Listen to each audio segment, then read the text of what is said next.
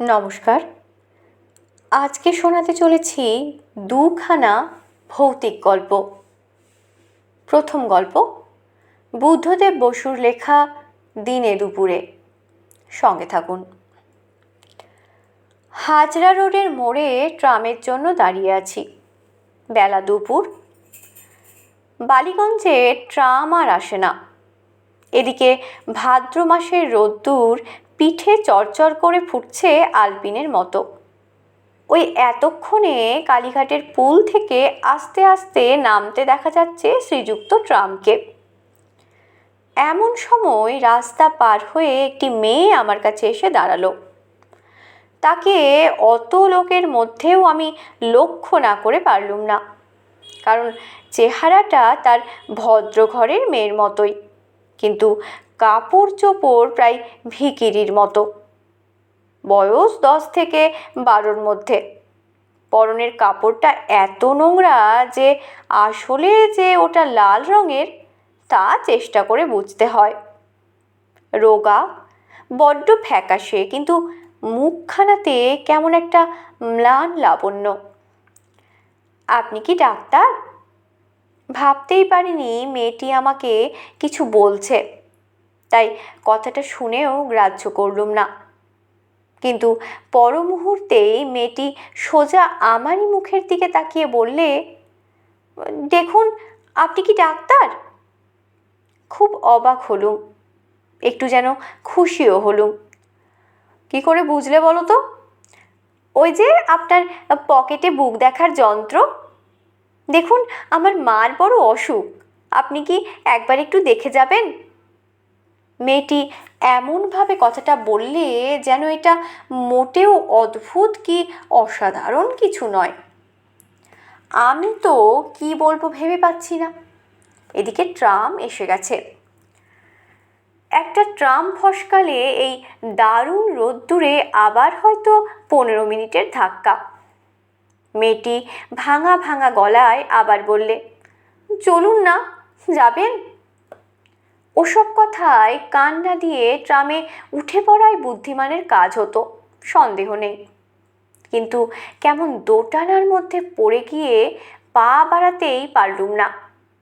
ট্রামটা মোড় ঘুরে আমার চোখের ওপর দিয়ে ঘটর ঘটর করতে করতে বেরিয়ে গেল। যাবেন তো? কোথায় তোমার বাড়ি? চেতলায়, এই কাছেই। কি হয়েছে তোমার মার? কি হয়েছে জানি না তো, বড় অসুখ।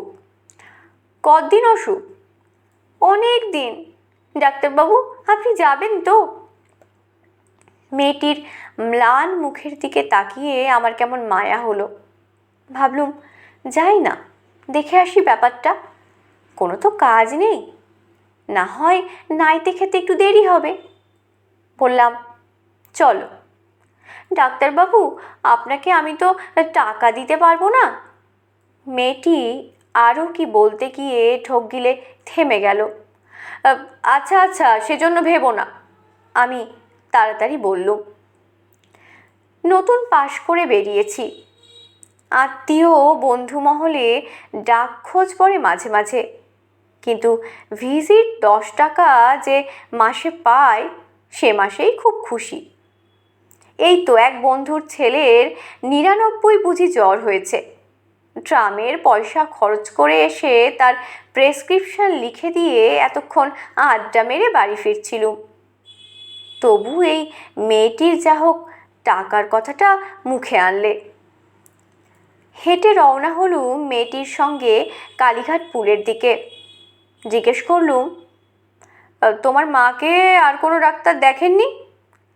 ডাক্তার? না। মা বলতেন ডাক্তার দিয়ে কি হবে, এমনিই আমি ভালো হব। তা ডাক্তার আমরা পাবোই বা কোথায়, টাকা তো নেই। তুমি কি আজ ডাক্তার খুঁজতেই বেরিয়েছিলে? জিজ্ঞেস না করে পারলুম না। কতদিন হয়ে গেল, 1 মাস গেল, মা তো ভালো হলেন না। জ্বর হয়, কত সময় চেঁচিয়ে ডাকলেও সাড়া দেয় না। ডাক্তারবাবু, আমার তখন ভারী কান্না পায়। আমি বললুম, আর কেউ নেই তোমাদের বাড়িতে? না, কে আর থাকবে? এক দাদা ছিল আমার, সে তো চট কলে কাজ করতে গিয়ে রেলেই কাটা পড়লো। সেই থেকে আমি আর মা। বেশ তো ছিলুম আমরা, এর মধ্যে কেন অসুখ করলো মার? ডাক্তারবাবু, মা কতদিনে ভালো হবেন? আমি ডাক্তারি ধরনে হেসে বললুম, সে এখন কি করে বলি, চলো দেখি তো। ডাক্তারবাবু, আজ সকাল থেকে মা যেন কেমন হয়ে আছেন, একবার চোখ মেলেও তাকান না। আমি দেখুন বাড়ি থেকে বেরিয়েই ছুটতে ছুটতে এত দূর এসেছি, যদি কোনো ডাক্তার খুঁজে পাই, যদি আমার উপর কোনো ডাক্তার দয়া করেন। ওই তো সব ওষুধের দোকান, ভেতরে পাতলুন বড়া ডাক্তাররা বসে। আমার তো সাহস হয় না ভেতরে ঢুকতে, রাস্তার এদিক থেকে ওদিক কেবলই ঘুরছি। এমন সময় আপনাকে দেখলুম, আপনাকে দেখেই মনে হলো আপনি আমাকে দয়া করবেন। মা সেরে উঠলে আপনি একদিন এসে খাবেন আমাদের বাড়ি। কি চমৎকার লাউয়ের পাতা দিয়ে মটর ডাল রান্না করেন মা। ছি ছি, এটা কি বললুম? আপনারা কেন গরিবের বাড়িতে খেতে আসবেন? ডাক্তারবাবু, আপনার দয়া কোনোদিন ভুলবো না। আমি মামুলিভাবেই বললুম, না না, দয়া আর কি, লোকের অসুখ সারানোই তো আমাদের কাজ। কিন্তু মনে মনে বেশ একটু গর্ববোধ না করেও পারছিলুম না। হাজার হোক, একটা মহৎ কাজে চলেছি তা তো ঠিক। ডাক্তারবাবু, আপনার হাঁটতে কষ্ট হচ্ছে? কিচ্ছু না, চলো। মুখে বললুম বটে, কিন্তু কালীঘাট পুল পর্যন্ত আস্তে আস্তেই মনে হতে লাগলো এই মহৎ কাজের ভাতটা না নিলেই পারতুম। এমন কত গরিব দুঃখী আছে, বিনা চিকিৎসায় ধুঁকতে ধুঁকতে মরছে না খেয়ে। তাদের সকলের উপকার করতে গেলে নিজেরই বাঁচা দায়। পুল থেকে নেমে বাঁ দিকের রাস্তা নিলুম। আর কত দূর? আমার প্রশ্নে নিতান্ত ব্যাকুল হয়ে মেয়েটি বললে, এই তো আর একটুখানি। আমার পয়সা নেই, তাহলে নিশ্চয়ই আপনাকে গাড়ি করে দিতুম। উফ, কত কষ্ট হলো আপনার। বাহ, এইটুকু রাস্তা হাঁটতে পারবো না? এতক্ষণে আমার শরীর দিয়ে যেন আগুন ছুটছে। রুমাল বার করে ঘাম মুছলুম। তখনই মনে হলো এই দিব্যি জোয়ান শরীর নিয়ে আমার হাঁটতে কষ্ট হচ্ছে, আর মেয়েটা, ওইটুকু তো মেয়ে, ছুটতে ছুটতে চলছে আমার সঙ্গে। ওর সুবিধের জন্য আমি তো একটু আস্তেও হাঁটছি না। কত যেন ঘুরেছে ও, হয়তো কতদিন ওর ভালো করে খাওয়াও হয় না। মা অসুখে পড়ে কে খেতে দেবে? ওর একটু ক্লান্তির ভাব নেই, এই গনগনে রোদ তাও যেন ওর গায়েই লাগছে না। আমার ভেতরটা কেমন একটু সংকুচিত লজ্জিত হয়ে পড়ল। কষ্ট হচ্ছে বলে নিজের উপর রাগ হলো যেন। অনেক গলি খুঁজি পেরিয়ে শেষ পর্যন্ত এসে পৌঁছলুম। কলকাতার এ অঞ্চলে কোনোদিন আর আসিনি। সত্যি বলতে জায়গাটা ঠিক কলকাতাই নয়, একেবারেই পাড়াগা। পুকুর, বন জঙ্গল, কিছু পাকা বাড়ি, কিছু বা খড়ের ঘর। একটা অতি জীর্ণ শ্যাওলা ধরা খসে পড়া একতলা পাকা বাড়ির সামনে এসেই মেয়েটি বলল, এই। ভিতরে ঢুকে দেখি মেঝের উপর মলিন বিছানায় একজন স্ত্রীলোক নিঃসাড় হয়ে শুয়ে, চোখ তার আধ বোজা। খানিক পরপর নিঃশ্বাস পড়ছে জোরে জোরে। মেয়েটি তার কানের কাছে মুখ নিয়ে ডাকলে, মা, মা। কোনো জবাব এলো না। মা, মা, তোমার জন্য ডাক্তার নিয়ে এসেছি, চেয়ে দেখো। মা, এই ডাক্তারবাবু তোমাকে ভালো করবেন। চোখ দুটো একবার পলকের জন্য খুলেই আবার বুজে এলো। একখানা হাত বুঝি একটু ওঠাবার চেষ্টা করলো। অস্ফুট একটু আওয়াজ হয়তো বেরুলো গলা দিয়ে। মেয়েটি বললে, ডাক্তারবাবু, ভালো করে দেখুন মাকে, আজই ভালো করে দিন। কিন্তু বেশি কিছু দেখবার ছিল না। আর একটু পরেই নাভিশ্বাস শুরু হবে। তবু আমরা ডাক্তাররা সবসময়ই একবার চেষ্টা করেই থাকি। তাড়াতাড়ি বললুম, তুমি একটু বসো খুকি, আমি এক্ষুনি ওষুধ নিয়ে আসছি। মেয়েটি বললে, ডাক্তারবাবু আপনি আবার আসবেন তো?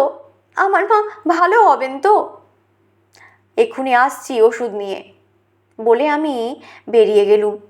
ছুটতে ছুটতে সেই কালীঘাটের পুল, তারপর ট্রামে ভবানীপুরে এক চেনা ডিসপেন্সারি থেকে একটা ইঞ্জেকশন কিনলুম। ধার করে নিলুম একটা ইঞ্জেকশনের ছুঁচ। হাঁপাতে হাঁপাতে আবার যখন গিয়ে পৌঁছলুম ততক্ষণে ঘন্টা দেড়েক তো নিশ্চয়ই কেটেছে। ফেরবার সময় রাস্তাটা বোধহয় কিছু গোলমাল হয়েছিল। একটু ঘুর পথে এসে সেই বাড়ির সামনে দাঁড়ালুম। রোদ্দুরে ছুটাছুটি করে তখন আমি কানে পি পি আওয়াজ শুনছি, কিন্তু ডাক্তারের স্বাস্থ্যের কথা ভাববার সময় তখন নয়। ভেতরে ঢুকতে ঠিক যেন পা সরছিল না। কে জানে গিয়ে কি দেখব। সামনের দরজাটা হাঁ করে খোলা। তাড়াতাড়ি গিয়ে ঢুকলুম, কিন্তু ঢুকেই স্তম্ভিত হয়ে গেলুম। তবে কি আমি ভুল বাড়িতে এলুম? না, ওই তো সেই পুকুর, সেই সুরকির রাস্তা, ওই দুটো সুপুরি গাছ। 1.5 ঘন্টা আগে এই ঘরটিতেই তো এসেছিলুম মেয়েটির সঙ্গে। কিন্তু মেয়েটি কোথায়? তার মুমূর্ষু মাই বা কোথায় গেল? ঘরে জিনিসপত্র অবশ্য খুবই কম ছিল, কিন্তু যে কটা ছিল সে কটাই বা দেখছি না কেন? অবাক হয়ে দেখলুম একেবারে খাঁ খাঁ খালি বাড়ি। শিগগির যে এখানে কোনো মানুষ বসবাস করেছে এসব চিহ্ন কিছুই নেই। আমি এগিয়ে গেলুম। এদিকে আরেকটা ঘর, সেটার দেয়ালে কালিঝুলি মাখা। কোণে একটা ভাঙা উনুন, বিবর্ণ একটা ঘটি পড়ে আছে। তবে কি ওর মা এর মধ্যেই মারা গেল, আর ও মাকে নিয়ে চলে গেল কেওড়াতলায়? এত অল্প সময়ের মধ্যে কি করে তা হতে পারে? ঘরে কিছু জিনিসপত্র ছিল, একটা লণ্ঠন, 2-1টা থালাবাটি, সেগুলো। আস্তে আস্তে আমি বাইরে এসে দাঁড়ালুম। তবে কি সমস্ত জিনিসটাই আমার চোখের ফুল, মনের ফুল? এই রোদ্দুরে কি আমার মাথা খারাপ হয়ে গেল? এই তো আমি ঠিক দাঁড়িয়ে, আমার পকেটে ইঞ্জেকশন, সবই ঠিক আছে। নাকি আমি পথ ভুল করে ভুল বাড়িতে এসে উপস্থিত হয়েছি? ফ্যাল ফ্যাল করে তাকিয়ে আছি। মাথার উপর যে আগুন ঝরছে সে খেয়ালও নেই। চারিদিকে ছবির মতো চুপচাপ। হঠাৎ দেখি টাক পড়া আধা বয়সী একটা লোক আমার পাশে এসে দাঁড়িয়েছে। কোনোখানে কেউ ছিল না। লোকটা যেন হঠাৎ মাটি ফুঁড়ে উঠে এলো। তার দিকে তাকাতেই সে বললে, কি মশাই, বাড়িখানা কিনবেন নাকি? আপনার বাড়ি বুঝি? লোকটা ঠোঁট উল্টিয়ে বললে, হ্যাঁ মশাই, এই আইনত আমারই। কপালে দুর্ভোগ থাকলে খণ্ডাবেকে। কোথাকার এক বিধবা পিসি, জন্মে 2বার চোখেও দেখিনি মশাই। সংসারে কেউ কোনোখানে নেই, আইনের প্যাঁচে ঘুরতে ঘুরতে বাড়িখানা এসে পড়লো আমারই ঘাড়ে। আর বলেন কেন, এমন কপাল নিয়েও আসে মানুষ? পিসে টেসলেন 30 বছরে, 20 বছরের ছেলেটা রেলে কাটা পড়ল। পিসি যখন স্বর্গে গেলেন ভাবলুম ভালোই হলো, একটা মেয়ে ছিল। হঠাৎ থেমে গিয়ে অন্যরকম সুরে লোকটা বললে, ওসব কথায় কান দেবেন না মশাই, যা শুনেছেন একদম বাজে কথা। আমি কথা বলার জন্য হাঁ করলুম, কিন্তু আমার গলা দিয়ে আওয়াজ বেরোবার আগেই লোকটা বলে চলল, ওই তো 1 ফোঁটা 12 বছরের মেয়ে, তা মাটা যেদিন অক্কা পেল, পরের দিন ও দিব্যি কড়িকাঠ থেকে ঝুলে পড়ল। একখানায় শাড়ি ছিল পরনে, সেটা দিয়েই কর্ম সারল। কি ডেপো মেয়ে মশাই, থাকলে একটা বিয়ে টিয়ে দিতুম। বাড়িখানা ছিল 3 পুরুষের, একরকম চলে যেত। তা লোকে যা বলে সব বাজে কথা মশাই। হ্যাঁ, ভূত না হাতি? আপনি তো এডুকেটেড লোক, আপনিই বলুন, ওসব কথায় কি কান দিতে আছে? নিতে চান তো খুব সস্তায় ছাড়তে পারি, সব শুদ্ধ 500 টাকা। আচ্ছা, এই হরে দরে 400ই দেবেন, যান। জলের দরে পাচ্ছেন, জমিটুকু তো রইল, আপনি ইচ্ছে মতো বাড়ি তৈরি করে নেবেন, কি বলেন? অতি ক্ষীণস্বরে আমি জিজ্ঞেস করলুম, কতদিনের কথা এটা? কোনটা? এই পিসির? তা 2 বছর হবে। পিসির জন্য তো কোনো ভাবনা ছিল না মশাই, মেয়েটার জন্য বাড়িটার এমন বদনাম হয়েছে যে 5 টাকাতেও কেউ ভাড়া নেয় না। এদিকে ট্যাক্সও গুনতে হচ্ছে আমাকেই। কি বিপদে পড়েছি, গিলতেও পারিনি, উগড়োতেও পারিনি। আমি গরিব মানুষ, আমার উপরে জুলুম কেন? থাকি কাঁচরা পাড়ায়, রোজ রোজ এসে যে তদবির করবো তারও উপায় নেই। আপনি নিন না বাড়িটা কিনে। আচ্ছা আচ্ছা, কি দেবেন আপনিই বলুন, বলুন না।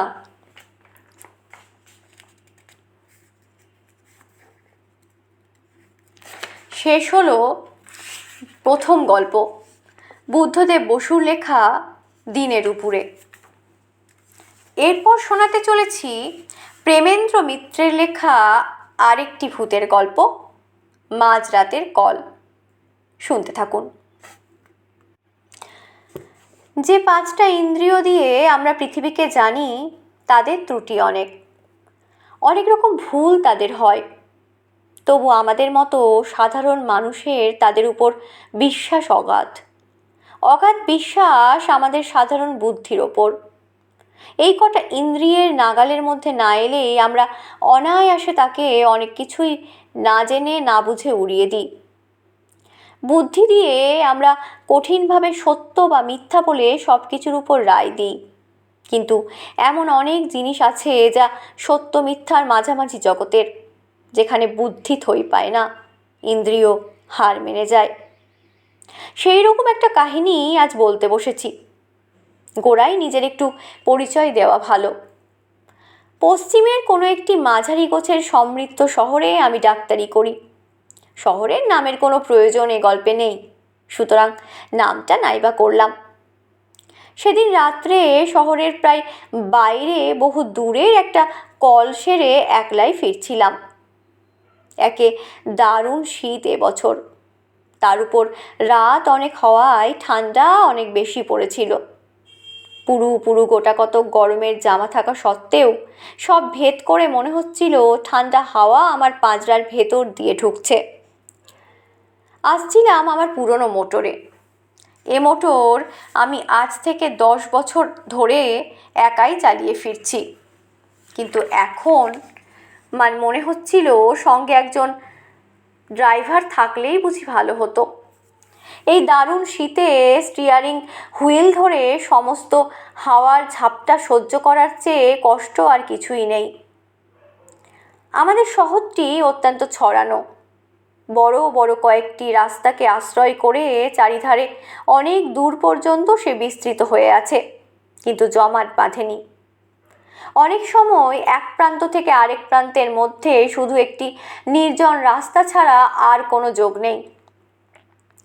যে রাস্তা দিয়ে আসছিলাম সেটিও অত্যন্ত নির্জন। দুধারে মাঝে মাঝে হরিতকি বা মহুয়া গাছ, আর রাস্তায় দুধারে শুধু শূন্য অসমতল মাঠ। তার ভেতরে বাড়িঘর নেই বললেই হয়। কে বাড়ি করবে এই নির্জন জায়গায়? অন্ধকারে অবশ্য এসব কিছুই দেখা যাচ্ছিল না। আমার মোটরের মিটমিটে আলোয় সামনের পথের খানিকটা দেখা যাচ্ছিল মাত্র। যেতে যেতে মনে হচ্ছিল অন্ধকারের সমুদ্রই যেন আমার মোটরের আলোয় কেটে চলেছে কোনো রকমে।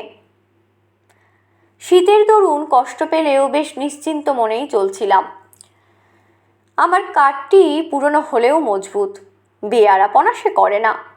আধ ঘন্টার মধ্যেই বাড়ি পৌঁছে গরম লেপের মধ্যে আরাম করে যে শুতে পাবো এ বিষয়ে কোনো সন্দেহই ছিল না। অন্ধকার রাস্তার নিস্তব্ধতার ওপর শব্দের ঢেউ তুলে আমার মোটর চলেছে দ্রুতগতিতে।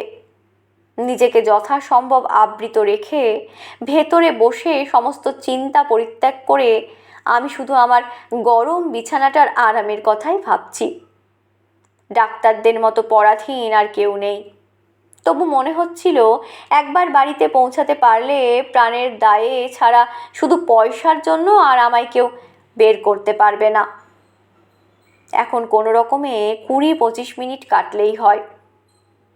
কিন্তু হঠাৎ অপ্রত্যাশিত এক ঘটনায় সুখ স্বপ্ন আমার ভেঙে গেল।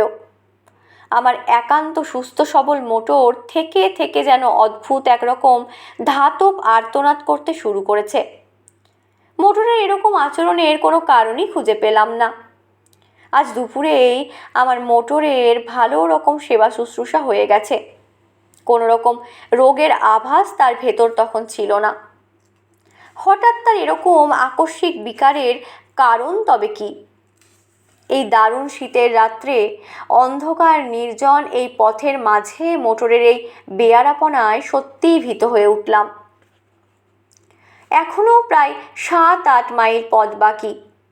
রাস্তার মাঝে মোটরের সত্যি অচল হয়ে যাওয়া খুবই অসুবিধার। সত্যি অচল হয়ে গেলে করবই বাকি। এই রাত্রের ডাকেও সঙ্গে কোনো লোক না আনার নির্বুদ্ধিতার জন্য এবার নিজের ওপরেই রাগ হচ্ছিল। সঙ্গে একজন লোক থাকলে তবু বিপদে অনেক সাহায্য পাওয়া যেত। দেখতে দেখতে মোটরের আর্তনাদ আরও বেড়ে উঠল। সঙ্গে সঙ্গে মোটরের বেগও মন্থর হয়ে আসছে বুঝতে পারলাম। মোটর চালনার সমস্ত বিদ্যা প্রয়োগ করেও সুরাহা কিছু করতে পারলাম না। কাতরাতে কাতরাতে খানিক দূরে গিয়ে আমার মোটর হঠাৎ রাস্তার মাঝে এক জায়গায় থেমে একেবারে বন্ধ হয়ে গেল। তার আর নড়বার নাম নেই। চেষ্টার আমি তখনও কোনো ত্রুটি করলাম না, কিন্তু আমার পীড়নে অস্ফুটভাবে একটু কাতরোক্তি করে ওঠা ছাড়া আর কোনো সাড়া দিলে না আমার মোটর। ভয়ে দুর্ভাবনায় সত্যিই তখন আমার সমস্ত দেহ আড়ষ্ট হয়ে এসেছে। মোটর ফেলে এই দারুণ শীতের মাঝে 7-8 মাইল জনহীন পথ হেঁটে যাওয়ার কথা তো কল্পনাই করা যায় না। এই মাঠের মাঝে মোটরে সারা রাত কাটানোও অসম্ভব। এখন উপায়? ডাক্তারবাবু! হঠাৎ বুকের ভেতর হৃৎপিণ্ডটা যেন লাফিয়ে উঠল। এই জনশূন্য পথে এমন সময় কে ডাকলে? আবার শুনতে পেলাম, ডাক্তারবাবু! এদিক ওদিক অন্ধকারে তীক্ষ্ণ দৃষ্টি নিক্ষেপ করে এবার দেখতেও পেলাম পথের ধারে ঝাঁকড়া একটা গাছের পাশে আবছা এক দীর্ঘ শীর্ণ মূর্তি দেখা যাচ্ছে। হঠাৎ এমন জায়গায় এমন করে তার উদয় হলো বুঝতে না পারলেও সাড়া দিয়ে বললাম, কে তুমি? মনে তখন আমার একটু আশার রেখাও দেখা দিয়েছে। তার আবির্ভাব যেমনই বিস্ময়কর হোক না কেন, লোকটার কাছে সাহায্য পাওয়ার সম্ভাবনা তো আছেই। লোকটা সেই জায়গা থেকেই বললে, আমায় চিনবেন না আপনি? চেনবার জন্য আমি তখন ব্যস্ত নই। আমায় সাহায্য করবার জন্য একজন লোক তখন দরকার মাত্র। সেই কথাই আমি তাকে বলতে যাচ্ছি, এমন সময় লোকটা আবার বললে, আপনাকে একটু আসতে হবে ডাক্তারবাবু, ভারী অসুখ একজনের। এমন সময় এ অনুরোধে বিরক্তও যেমন হলাম, আশ্চর্যও হলাম তেমনি। ঠিক এই সময়ে রাস্তার ঠিক এই জায়গায় রোগী কি আমার জন্য তৈরি হয়ে বসেছিল? লোকটা আমার মনের কথাই যেন আঁচ করে বললে, এ ভগবানের দয়া ডাক্তারবাবু, এমন সময় আপনাকে বাবু স্বপ্নেও ভাবিনি, অথচ না পেলে কি বিপদে যে হতো। বেশি কথাবার্তা তখন আর ভালো লাগছিল না। একটু বিরক্ত হয়েই বললাম, কোথায় তোমার রোগী? লোকটা এবার নিঃশব্দে অন্ধকারের ভেতর একদিকে হাত বাড়িয়ে নির্দেশ করলে। সেদিকে চেয়ে দেখলাম সত্যিই দূরে একটা বাড়ির আলো যেন দেখা যাচ্ছে। এরকম নির্জন প্রান্তরের মাঝে এরকম একটা বাড়ি খুবই কম দেখা যায়। হঠাৎ এরকম জায়গায় এমন সময়ে যাওয়াও একটু বিপজ্জনক। তবে শত্রু আমার তো কেউ নেই, এবং সঙ্গে টাকা কড়িও নিতান্ত সামান্য, এই যা ভরসা। একটু ভেবে নিয়ে জিজ্ঞেস করলাম, কি অসুখ? উত্তর এলো, জানি না ডাক্তারবাবু, কিন্তু অত্যন্ত সঙ্গীন অবস্থা। তাড়াতাড়ি না গেলে বোধহয় বাঁচানো যাবে না। দোহাই আপনার, চলুন ডাক্তারবাবু। কোথায় নিজের বিপদ সামলাবো, না হঠাৎ রাস্তার মাঝে মাঝরাতে যেতে হবে পরের চিকিৎসায়? তবু ডাক্তার মানুষ, জীবন মরণের সমস্যা শুনলে চুপ করে বসে থাকতে পারা যায় না। বাধ্য হয়েই তাই বললাম, চলো। মাঠের উপর দিয়ে সরু একটি পথ, অন্ধকারে ভালো দেখাই যায় না। তাই ধরে লোকটার পেছু পেছু মিনিট 5 হেঁটে একটি বাড়ির উঠানে এসে দাঁড়ালাম। সামনে একটি ঘরের দরজা থেকে আলো দেখা যাচ্ছে। সেই দিকে দেখিয়ে লোকটা বললে, ওই ঘরে রুগী ডাক্তারবাবু, আপনি যান, আমি এখনই আসছি। অন্ধকারে ভেতরে বুঝতেই পারছিলাম বাড়িটি বেশ সমৃদ্ধ চেহারার নয়। গুটি 4-5 ঘর এবং একটুখানি ঘেরা উঠোন। ঘরগুলিও সব পাকা ছাদের নয়, দুপাশে খোলার ছাউনি। লোকটার কথা মতো সামনের ঘরে গিয়ে এবার ঢুকলাম। ঘরটি আয়তনে বিশেষ বড় নয়, তার উপর নানান আকারের বাক্স প্যাটরায় বোঝাই বলে ভেতরে নড়বার চড়বার স্থান অত্যন্ত অল্প। দরজার মুখোমুখি একটি জানালা, সেই জানালার ধারেই মিটমিট করে একটি কেরোসিনের লণ্ঠন জ্বলছে।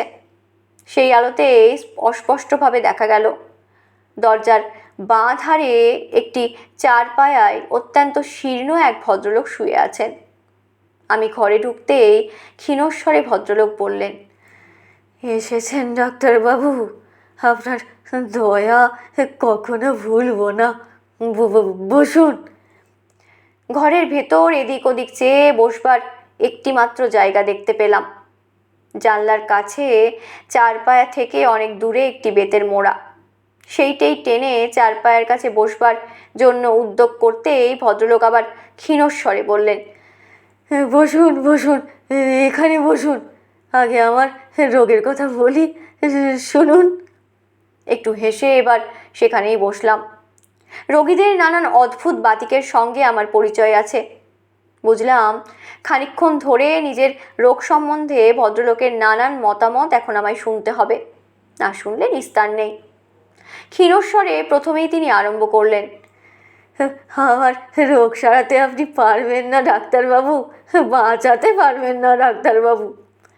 একটু হেসে বললাম, সেই চেষ্টা করাই তো আমার কাজ, বাঁচবেন নাই বা কেন? একটু অদ্ভুত হাসির আওয়াজ এলো খাট থেকে। বাঁচতেও পারি তাহলে ডাক্তারবাবু, কেমন? বললাম, পারেন বই কি, কি তেমন আর হয়েছে আপনার? না, তেমন আর কি হয়েছে? ভদ্রলোক আবার যেন হাসলেন, তারপর বললেন, ডাক্তারদের অনেক ক্ষমতা, তাই না? কিন্তু ধরুন তাতেও যদি না বাঁচি, যদি আজ রাতেই মারা যায়। রোগীর এই অর্ধোন্মত্ত প্রলাপের উত্তরে কি যে বলবো কিছুই ভেবে পেলাম না। মনে মনে তখন সেই বিলম্বের জন্য অস্থির হয়ে উঠছি। রোগী আবার বললেন, যদি আপনি থাকতে থাকতেই মারা যায় ডাক্তারবাবু, কি হবে তাহলে? কে আপনার ফিস দেবে? আচ্ছা পাগল রোগীর পাল্লাই তো পড়া গেছে। বললাম, যদি নেহাতি তাই হয় তাহলে ফি না হয় নাই পেলাম, আমরা কি শুধু ফিয়ের জন্যই সবসময় কাজ করি নাকি?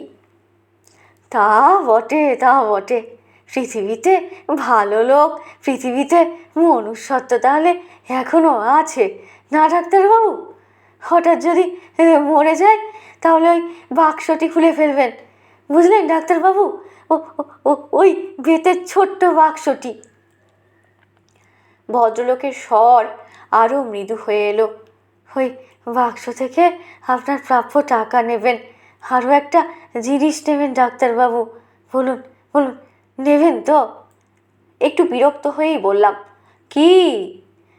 কিছুই না ডাক্তারবাবু, একটা কাগজ, কিন্তু ভয়ানক দরকারি কাগজ, যে কাগজ ওখানে আছে শুধু আমি জানি, আর আপনি এখন জানলেন, আর কেউ জানে না, জানলে আর ওখানে ওটা থাকতো না। ভদ্রলোক একটু চুপ করে থেকে একটু হেসে আবার বললেন, এ বাড়িতে কাউকে দেখতে না পেয়ে ভাববেন না যেন আমার কেউ নেই, আমার অনেক আত্মীয় আছে, খোঁজ পেতে আছে আমার মরবার অপেক্ষায়। শুধু তাদের বিশ্বাস আজ আমি হয়তো মরবো না, তাদের বিশ্বাস মরবার আগে আর আমি কিছু করবো না, তারাই পাবে সব।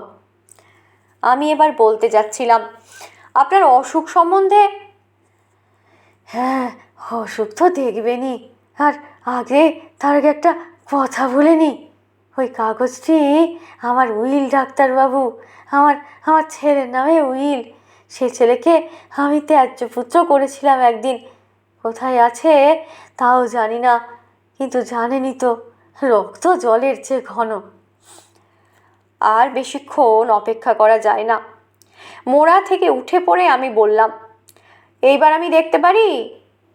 খাট থেকে আওয়াজ এলো, দেখুন।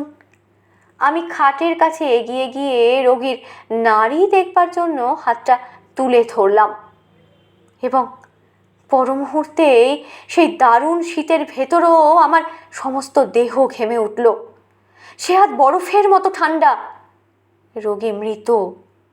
শুধু মৃত হলে এতখানি আতঙ্কের কারণ আমার বোধহয় থাকতো না, কিন্তু ব্যাপার যে আলাদা।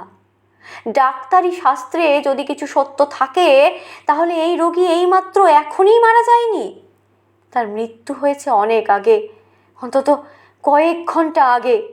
সমস্ত দেহ তার কঠিন। উন্মাদের মতো আরও খানিকক্ষণ পরীক্ষা করলাম। না, ভুল আমার হতেই পারে না, কিন্তু তাহলে এ ব্যাপারের অর্থ কি? তখন কিন্তু স্থিরভাবে কোনো চিন্তা করবার আর আমার কোনো ক্ষমতা নেই। আতঙ্কে আমার বুকের স্পন্দন পর্যন্ত যেন থেমে আসছে। হঠাৎ জানলার কাছে বাতিটা দপদপ করে নেচে উঠল। সেটা একবার নেড়ে দেখলাম, তাতে তেল এক ফোঁটাও নেই। প্রান্তরের মাঝে নিস্তব্ধ নির্জন বাড়িতে এই ভয়ঙ্কর অবস্থায় আমি একা। এই বাতির আলোটুকুই যেন আমার সহায় ছিল, তাও নিভতে চলেছে দেখে আমি দ্রুত পদে ঘর থেকে বেরিয়ে পড়লাম। বুঝতে পারলাম পেছনের আলোটা আরও কয়েকবার নেচে নিভে গেল।